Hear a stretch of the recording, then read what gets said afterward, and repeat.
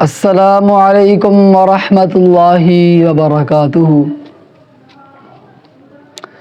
الحمد للہ الذی لم يتخذ ولدا ولم یکن لہ شریک فی الملک ولم یکن لہ ولی من الذل وکبرہ تکبیرا۔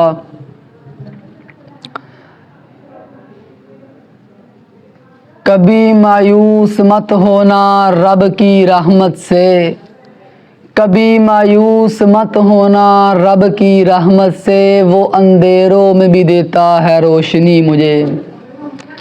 حضرات، آج کے اس پرفتن دور کے اندر بے شمار فتنے معاشرے میں پھیلے ہوئے ہیں۔ کہیں بے حیائی کا فتنہ، کہیں فحاشی کا فتنہ، کہیں عریانی کا فتنہ۔ حضرات، اس دور میں رہتے ہوئے انسان سے غلطیاں ہو جاتی ہیں، لیکن انسان کو اللہ کی رحمت سے نا امید نہیں ہونا چاہیے، بلکہ انسان کو چاہیے کہ وہ اللہ سے اپنے گناہوں کی معافی مانگے۔ گناہ کتنا بھی ہو در کھلا ہے توبہ کا، گناہ کتنا بھی ہو در کھلا ہے توبہ کا، رب کو منظور ہے ہر ایک شک ندامت کا صلہ۔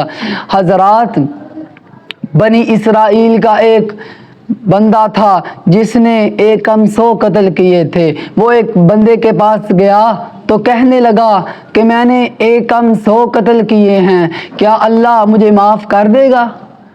اس نے کہا کہ اللہ تمہیں معاف نہیں کرے گا۔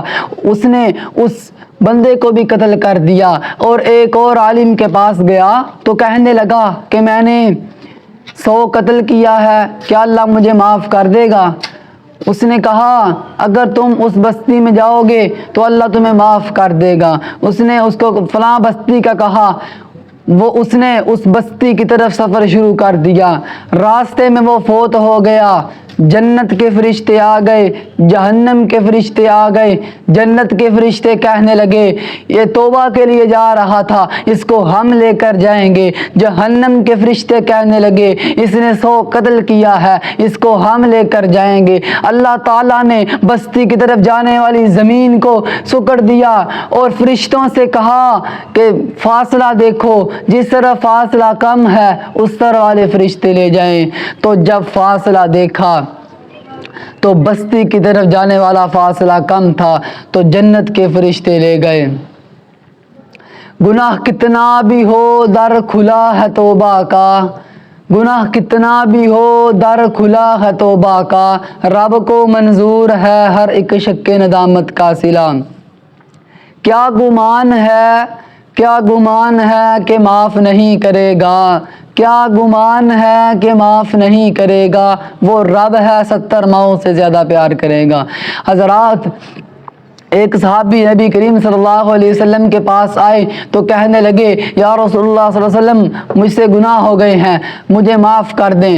فحانت الصلاۃ، نماز کا وقت ہو گیا۔ نماز کے بعد دوبارہ آ گیا، کہنے لگا، آپ صلی اللہ علیہ وسلم کو کہنے لگا کہ مجھ سے گناہ ہو گیا ہے،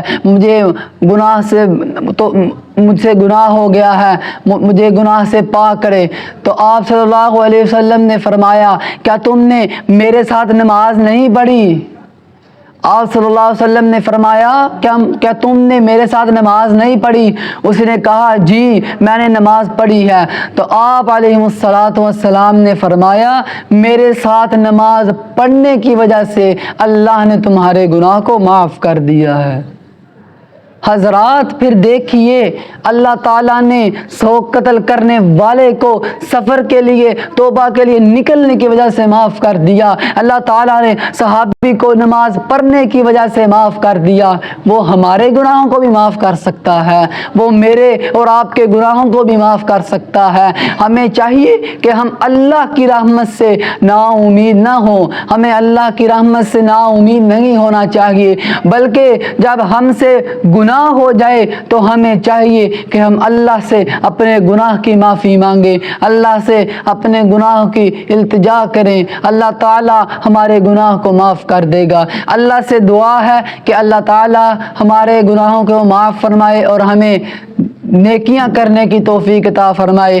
جدھر بھی دیکھتا ہوں ویرانہ ویرانہ، جدھر بھی دیکھتا ہوں ویرانہ ویرانہ، جو بھی ملا بیگانہ بیگانہ، جو آیا وہ ٹھہرا نہ کبھی، جو آیا وہ ٹھہرا نہ کبھی، لو ہم بھی چلتے ہیں روانہ روانہ۔